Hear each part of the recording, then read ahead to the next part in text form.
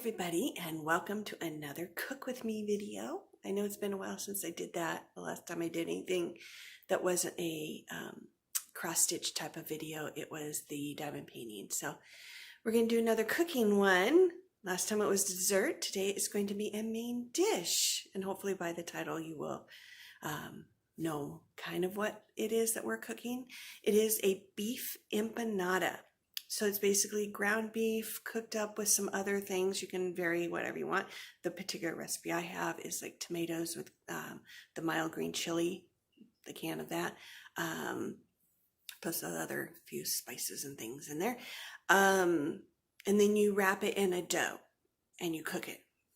So that's what we're going to do today. Hopefully that sounds something interesting to you and you would like to have that and you'll continue to watch. One thing I do want to mention is that when I make these, I make them kind of like as a pie wedge shape. So kind of a wedge shape. And it is basically a handheld type of food. I mean, you could cut it up and eat it, but you could easily hold it in your hand. Okay, because it's that size. I gave this recipe to somebody who had eaten it here at my house and then they wanted it. So I gave them that recipe, and when they went home and they made it a much larger size, almost like a calzone kind of thing. And then they were just going to cut it up into serving sizes that way. She said that it didn't turn out as well. So I highly recommend that you make them more of these individual sizes. And then you can eat, a couple of them instead of making a huge giant one and then cutting up. So with that, we will get right into that, and I hope you enjoy. So we need some onion for that. It only requires about a half a cup. So it's not that you need a lot of onion to go with it. But if you would like more onion, feel free to put it in there. I tend to overestimate how much a half a cup is. So I may end up having more than half a cup. We're just going to cut some of this up.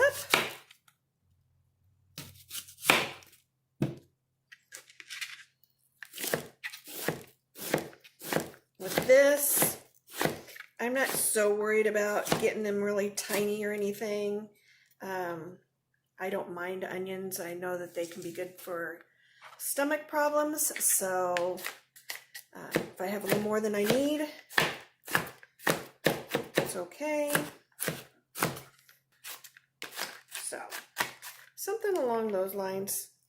So as you can see, that is probably more than half a cup. Not a ton more, but a little bit. So we're going to get our pan. I'm going to put a little oil on that just because I like to get the onion cooked a little bit before I add the beef. So we're going to get that going. You don't necessarily have to cook the onion and then cook the beef. With it, you could do them basically all together if you wanted to. It just doesn't, soften, caramel up the onions as much if you cooked them all together. So we're going to let that cook. Because this is that electric stovetop, it does take a little bit longer to heat up as well as cool down. So I'll be back with you once these have cooked a little bit and we can add our beef. Okay, as you can see, the onions are definitely cooked enough now. They've softened up, a little browned a little bit, which is fine. Now we're going to add our 1 pound of beef. I'm sure that if you want to make these a different flavor besides beef, you could. You could add ground chicken. You could add ground turkey. Whatever your preference of meat is, go for it. And I did turn on my oven before I even started the onion. So that was, give it time to heat up, and then now it's ready for whenever I am done with this. This doesn't take very long. If you've ground beef before, you know it doesn't usually take a long time. And you're basically, after that point, just warming up the rest of the ingredients that you're adding to this. So this does not take terribly long to cook in the pan. Of course, once you get that done, you do have to, make the empanadas and then bake them. So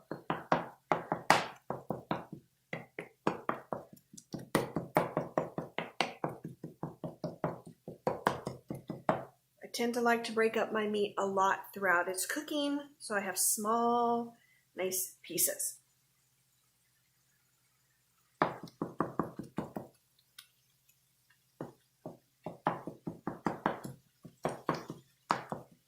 The nice thing about the smaller pieces too is that they will cook faster. You don't have to wait for the center of them, of those bigger pieces, to cook, because you're trying to get them nice and small.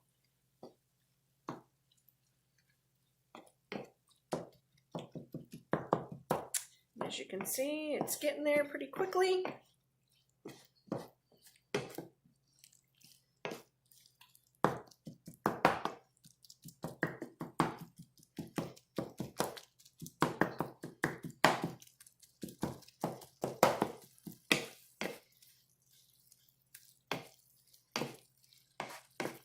By the way, in case you're wondering, or if you're curious or whatever, these paddle spoons that I'm using, I love. They're nice and thick and sturdy. They've got a flat edge, which I love for scraping the pan, but it also has a scooped edge to kind of pick things up a little better. I got these at IKEA, fairly cheap, like probably $1.50. Love IKEA.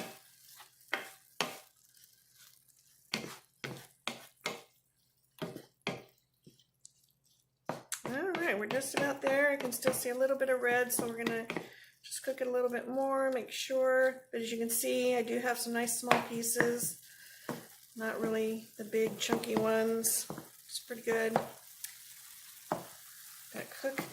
I know people are going to be horrified, but I am not a drainer of my meat, because I did put a little bit of olive oil in here when I cook the onions, but I use like really, really lean beef. So it only has the 7% fat. So as you can see, there really isn't that much to drain. I mean, if I did this, you could see there's a little bit, but it's not that much when you mix it all around. It still gives the meat a little bit of moisture. So I do not prefer to drain my beef when I use something that's that lean. Alrighty, I think we are about there. If I missed anything, the remaining cooking will take care of it. So now we are going to add in our seasoning, which I have chili powder and salt. Do a little better with my right hand. Sprinkle that around. And tomatoes with green chilies. I am a wimp when it comes to spicy food. This is not a problem. I don't have a problem eating this. The recipe also, the one that I had found and first used, only had you using like half a teaspoon of chili powder and a quarter teaspoon of salt. And when I first made it, that was not enough seasoning for me. It was, not enough. Okay, had to pause because somebody came home. So, as I was saying, this did not require enough seasoning in my opinion, because I put all that in and tasted it, and it wasn't enough. So I added more, and I added more until I got it to the flavor that I thought tasted the best. And for me, that was 2 teaspoons, so almost quadruple what they wanted. A tiny bit more salt because it seemed a little bland in that area too. As you can see, there's still some liquid in here, and we don't want a lot of liquid when we put it in the empanada. Now, I can use a slotted spoon and not get quite so much if I wanted to. when I put it in the dough. So I could let it cook down a little bit, or I can use a slotted spoon. I'll probably do kind of a little bit of both, because it said as soon as you added your spices and the tomatoes that you were supposed to remove from heat. But I'm going to let it cook down just a tad bit before I do that. And probably just a few minutes is all I will cook it for. And then once I turn it off, because my heat will stay hot on the stove, it will continue to cook it a little bit longer. So I will come back to you when we are ready to put it into our dough. Okay, I think we're ready to do the dough portion. The recipe actually told me to use these, and as much as I like making my own dough to a certain degree, it's still kind of a pain. So I'm using these. You do want to have them sit out and get a little bit warmer, room temperature. I think it says on their box for 15 minutes prior to being used. Makes it easier to work with them if they are a little warmer than really, really cold. So I am just going to take it. It doesn't fall apart. In other words, it doesn't like want to crumble and all that. I'm going to just take it and unroll it. And each box comes with 2 of these. So if you needed to make a pie that had a crust on it, you would have the dough for that. Now, this is not how the recipe tells you to do this, but this is the way I do it because it's a little bit more convenient to have them more personal sized. So I am going to take, this is just a regular butter knife, take a knife and I'm going to cut it into quarters.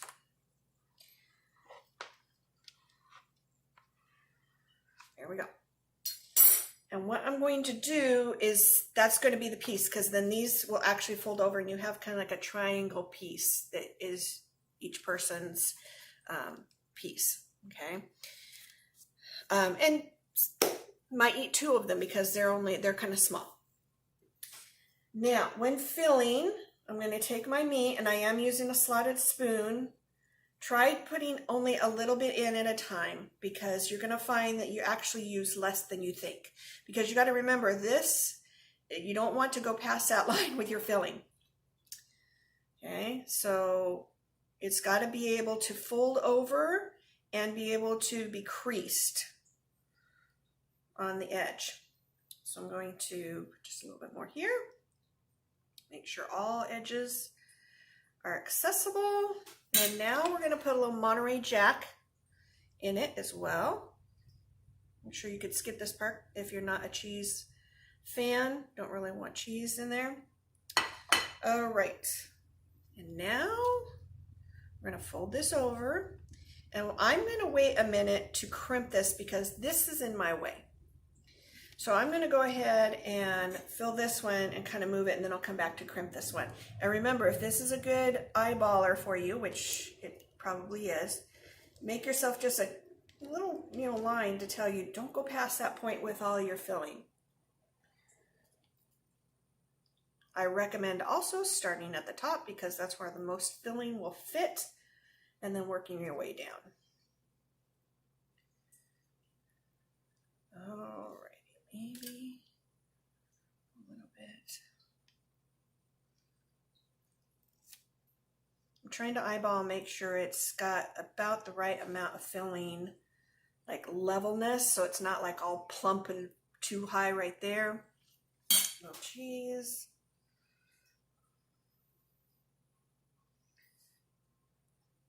The nice thing about softened dough is it will also stretch a little. So if you need it to stretch over these areas a little easier, then it will do that more so than when it is cold and a little too hard. So now you're just taking a fork and you're going to come over and crimp your edges. And as you can see, I'm already getting some juices out of this. Trying to crimp them, make sure they really are going to stay together as much as possible. And don't forget along the top edge as well. So this should crimp it pretty well, but if you feel like it's not, go back over it with your finger and press it down, because now the sides have, you know, molded together.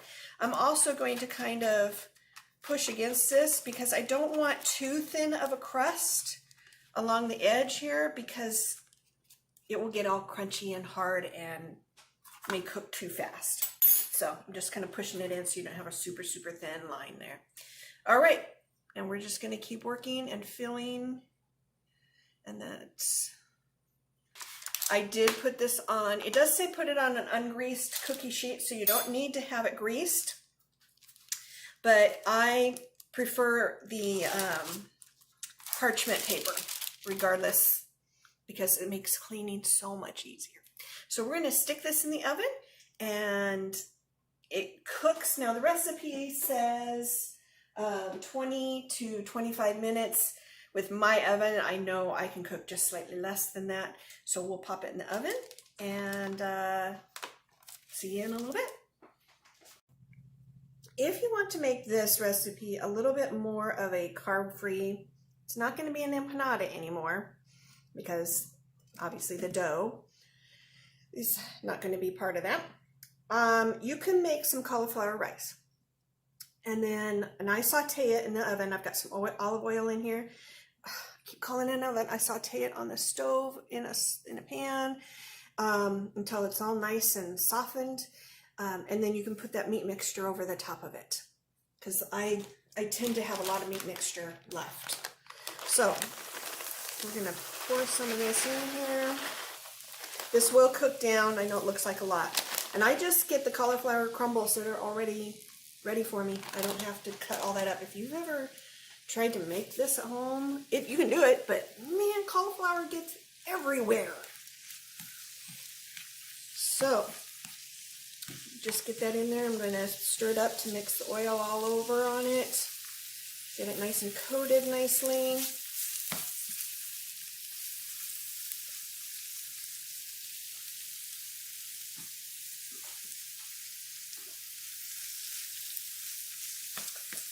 And it will take a little while, probably about the time it takes me to cook this in the oven is probably how long it will take to cook this down to the right consistency, the right way I want it cooked. Okay, so we'll just let that cook and just stir it every once in a while. Make sure it's not burning on the bottom with the pan. Other than that, that's really all you have to do with this to have it ready. I have made other Mexican dishes or other dishes, whichever kind, it doesn't necessarily have to be a Mexican dish, that I have put some kind of seasoning on here. So I may put something like this, where it's an all-season whatever. And I may sprinkle a little bit of that on there, but I don't want to compete with the flavor that's already in the meat for this particular recipe. So I may not, I really haven't decided yet. I think it might be enough. This would be easily added afterwards and then kind of stir it up. It wouldn't be quite the same as if it was cooked like that the whole time, but you know, I kind of make these things up as I go. I've done this before, but I've not done it with the empanada meat before, so I don't know how it will taste if I don't season this, okay? But yeah, that's all we're going to do now is just let it cook. All right, this did not take nearly as long as I thought it was going to cook. It's cooked down pretty quickly. I don't think I timed myself last time, so I didn't know how long it would take to cook, but there's what it is when it's all finished. It's nice and soft. It probably only took me, I don't know, about 7 minutes to cook this. So it went pretty quick. So put that in there.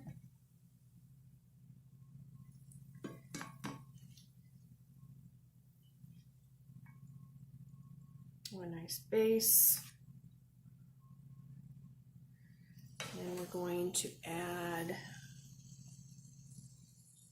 some of our leftover that we had made As you can see, there's a lot of meat still in this pan from those empanadas. I made 4, and if you got a, you know, if you have a family of 4, you're probably going to make 8 of them at least, I'm guessing. So I would have normally used a little bit more than this to make that many, but I don't need to because my husband will eat this particular version, the no carb version, and my son and I will eat the actual empanadas.